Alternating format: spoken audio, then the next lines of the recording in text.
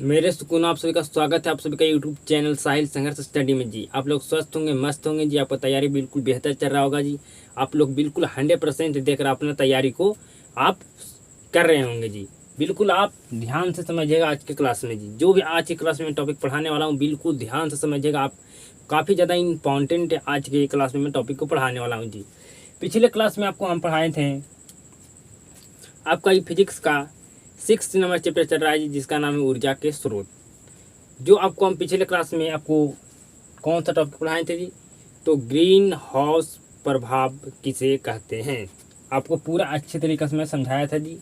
ये टॉपिक में आपको कोई भी दिक्कत कोई भी समस्या आपको नहीं होना चाहिए जी। आज की क्लास में हम आगे के टॉपिक को पढ़ेंगे, नेक्स्ट टॉपिक पढ़ने वाले जी। तो आज की क्लास में हम क्या क्या पढ़ने वाले हैं जी, बिल्कुल ध्यान से समझिएगा। तो पहला टॉपिक पढ़ने वाला है जी, ज़्यादा टॉपिक नहीं पढ़ेंगे जी, 3 टॉपिक मात्र पढ़ने वाला है आज की क्लास में जी। पहला पढ़ने वाले हैं जीव द्रव्यमान, दूसरा चारकोल और तीसरा पढ़ने वाले हैं बायो गैस या गोबर गैस किसे कहते हैं। तो बिल्कुल ध्यान से तीनों टॉपिक को समझिएगा जी। तो बिल्कुल ध्यान से समझिएगा जी। जीव जीव द्रव्यमान किसे कहते हैं, जीव द्रव्यमान किसे कहते हैं, किसे कहते हैं।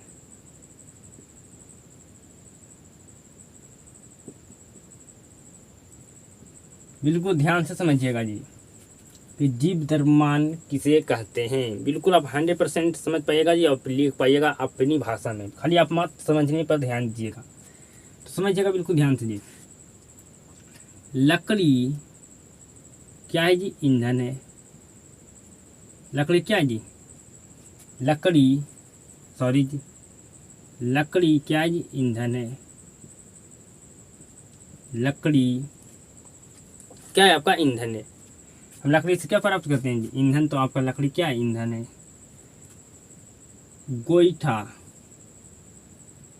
गोईठा जो आपका गोबर से गोईठा बनता है जी।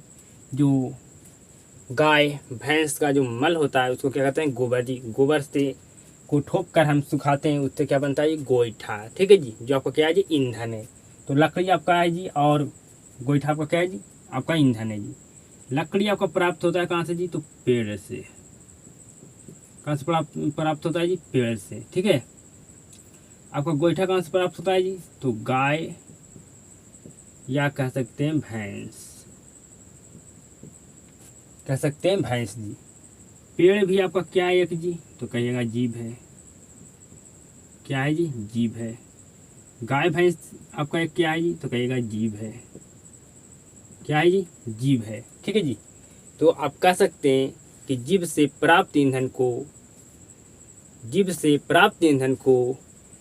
द्रव्यमान कहते हैं। ठीक है जी।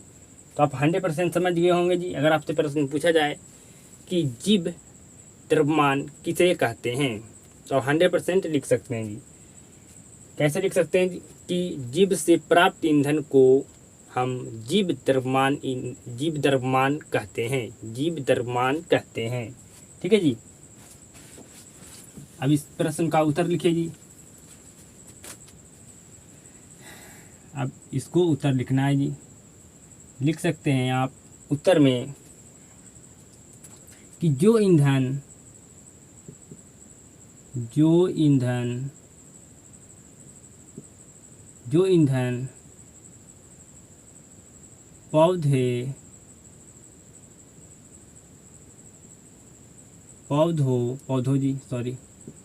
पौधों और पशुओं से प्राप्त होते हैं,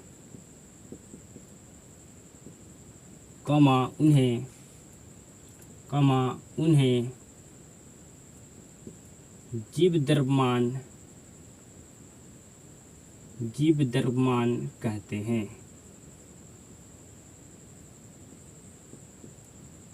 जीव द्रव्यमान कहते हैं। क्या आपको प्रश्न का उत्तर लिखना है जी? आपसे पूछा जाएगा जीव द्रव्यमान किसे कहते हैं। तो आप इस तरह से भी लिख सकते हैं कि जीव से प्राप्त ईंधन को हम जीव द्रव्यमान कहते हैं, या आप इस तरह से भी लिख सकते हैं जी, जो आपके लिए ईजी हो आप उस प्रश्न में आप उत्तर उसको लिख सकते हैं जी। आप इस तरह से भी लिख सकते हैं, जो आपको हम बताएं, एक आपका क्या था जी, पेड़ और आपका लकड़ी कहाँ से प्राप्त होता है? पेड़ से जी। और गोईठा काया और भैंस से, दोनों क्या था जी? जीव था। तो जीवों से प्राप्त ईंधन को हम जीव द्रव्यमान कहते हैं। या आप इस तरह से लिख सकते हैं, जो ईंधन पौधों और पशुओं से प्राप्त होते हैं उन्हें क्या कहते हैं जी?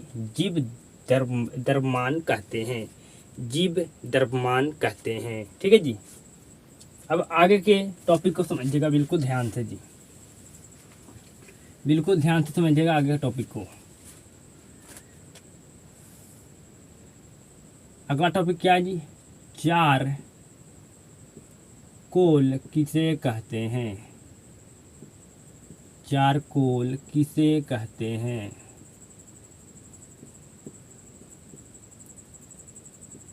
चारकोल किसे कहते हैं?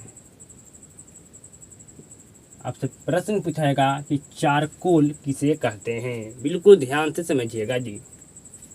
आप एक कच्चा लकड़ी लीजिए जी। कैसा लकड़ी लेना है जी? कच्चा।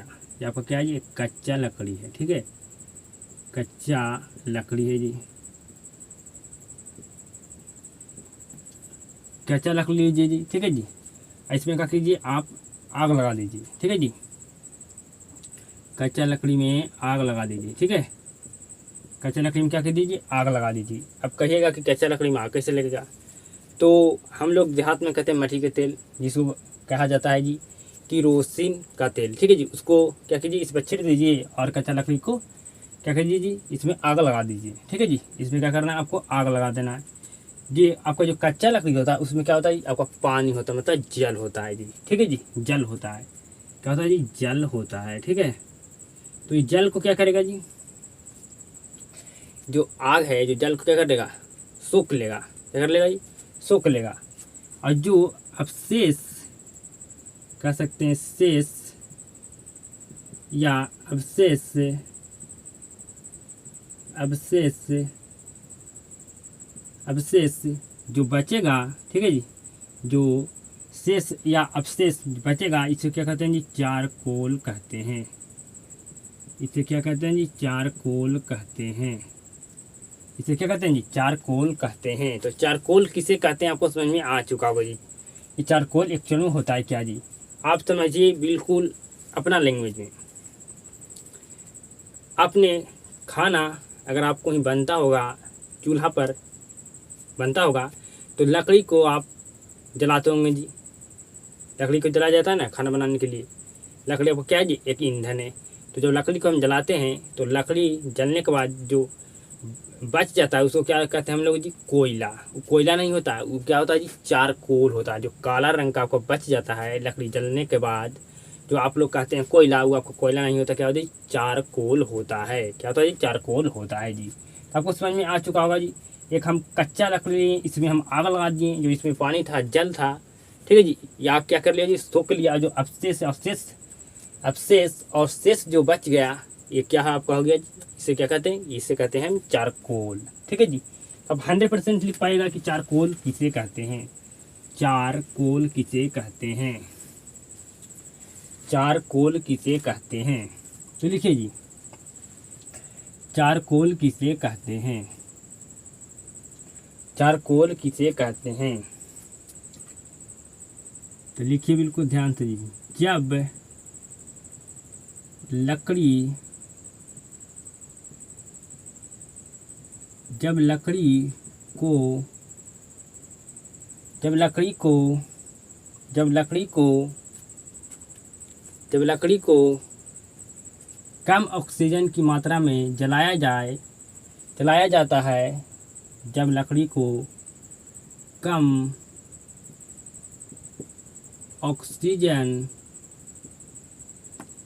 जब लकड़ी को कम ऑक्सीजन की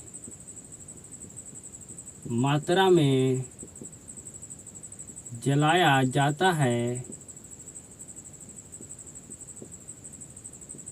जलाया जाता है तो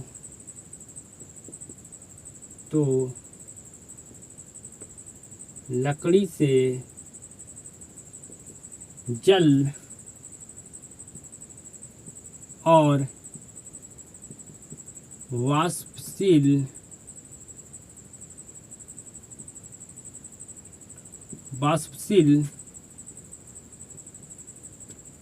पदार्थ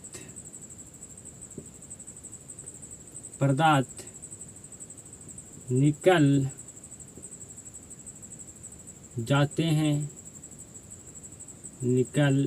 जाते हैं और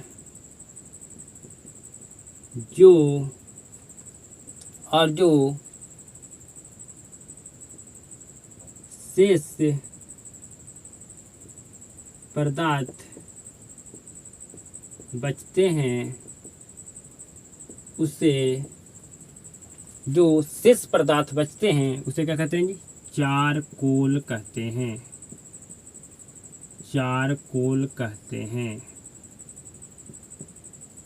चारकोल कहते हैं। ठीक है जी, क्या कहते हैं जी? चारकोल कहते हैं। चारकोल धुआं रहित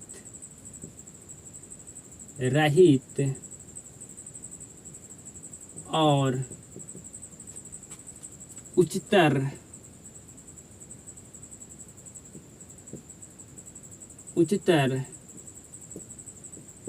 ऊष्मा देने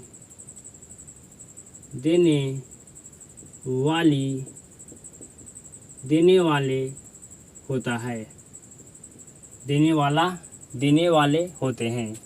सॉरी जी, देने वाला होता है। ठीक है, आप चारकोल किसे कहते हैं आप 100% लिख पाइएगा। जब लकड़ी को कम ऑक्सीजन की मात्रा में जलाया जाता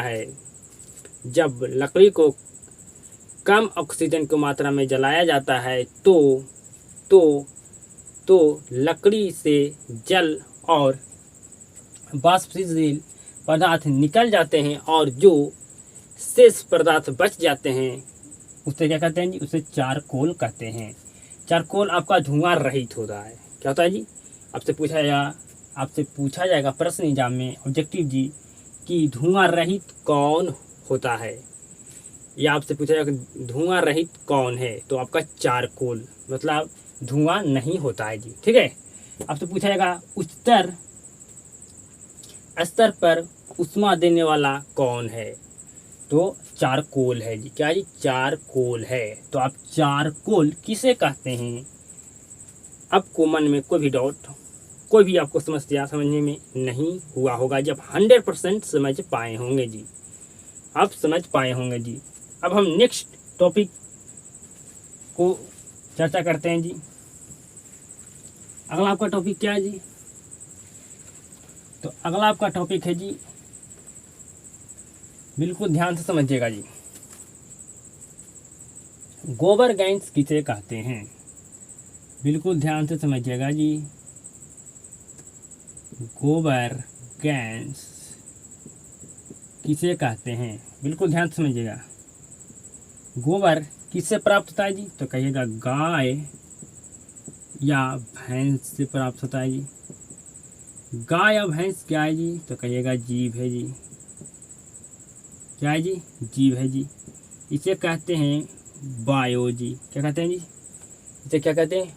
वायु कहते हैं जी। ठीक है जी। तो हम गोबर गैस को कह सकते हैं गोबर गैस या बायो गैस किसे कहते हैं?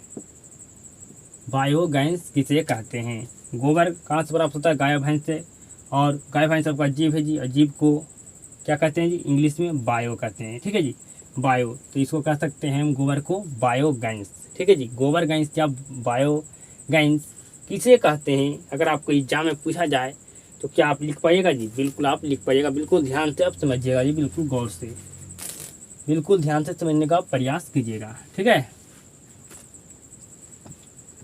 अब तो प्रश्न पूछा जाएगा जी, गोबर गैस या बायो गैस किसे कहते हैं? किसे कहते हैं? गोबर गैस या बायो गैस किसे कहते हैं? गोबर गैस को ही बायो गैस कहा जाता है। तो बिल्कुल आप ध्यान से समझिएगा जी, बिल्कुल ध्यान से गौर से जी। गोबर गैस कैसे बनता है जी, बिल्कुल ध्यान से समझिएगा। एक आप टंकी ले लीजिए जी। क्या ले लीजिए जी? टंकी। ठीक है जी, क्या जी? टंकी है। बिल्कुल ध्यान से समझिएगा जी। क्या जी? टंकी है। ठीक है, क्या है? टंकी है जी। क्या है? टंकी है जी। ठीक है, क्या है? टंकी है जी। और इसमें हम गोबर और पानी भर दिए जी। ठीक है, इसमें गोबर और पानी क्या कर दिए जी?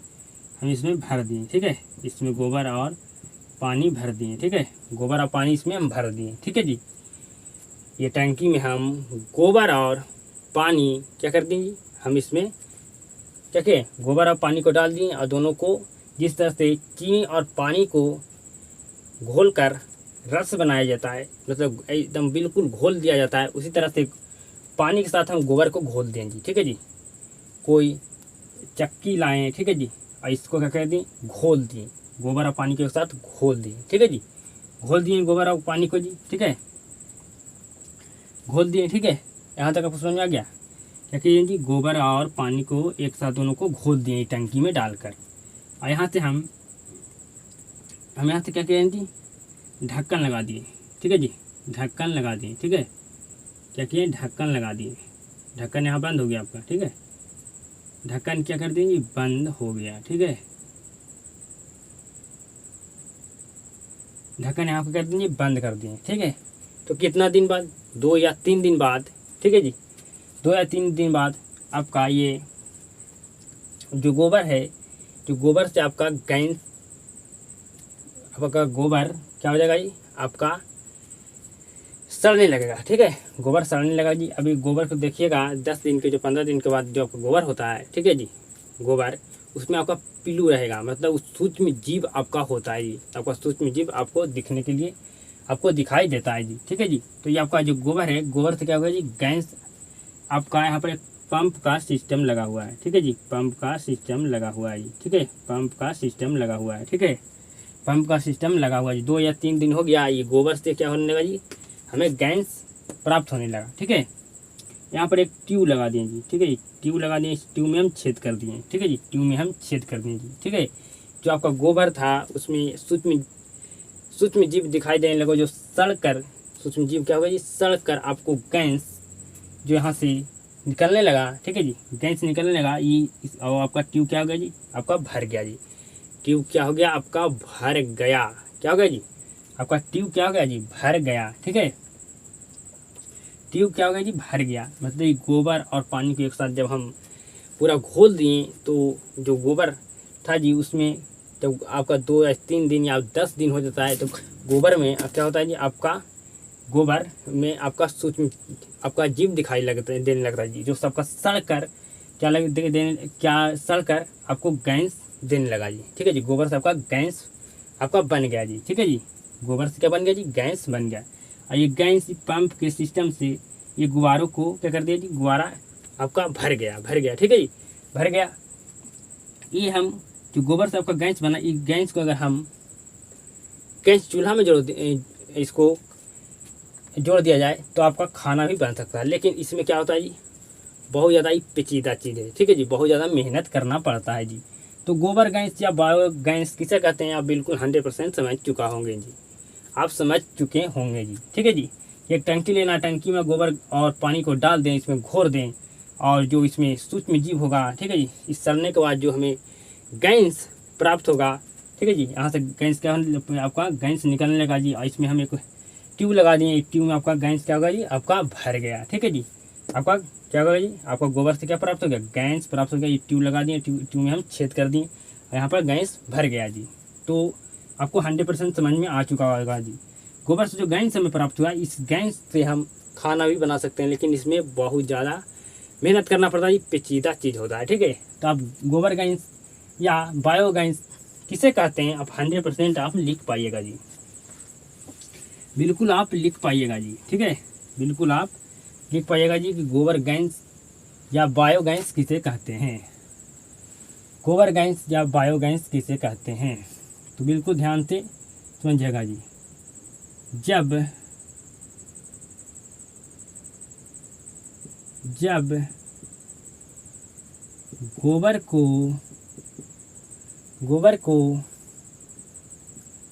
जब गोबर को वायु की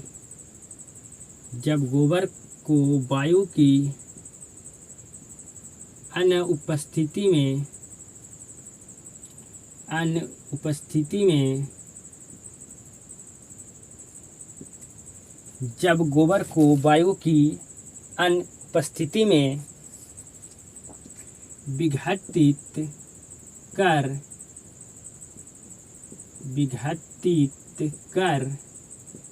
गोबर गैस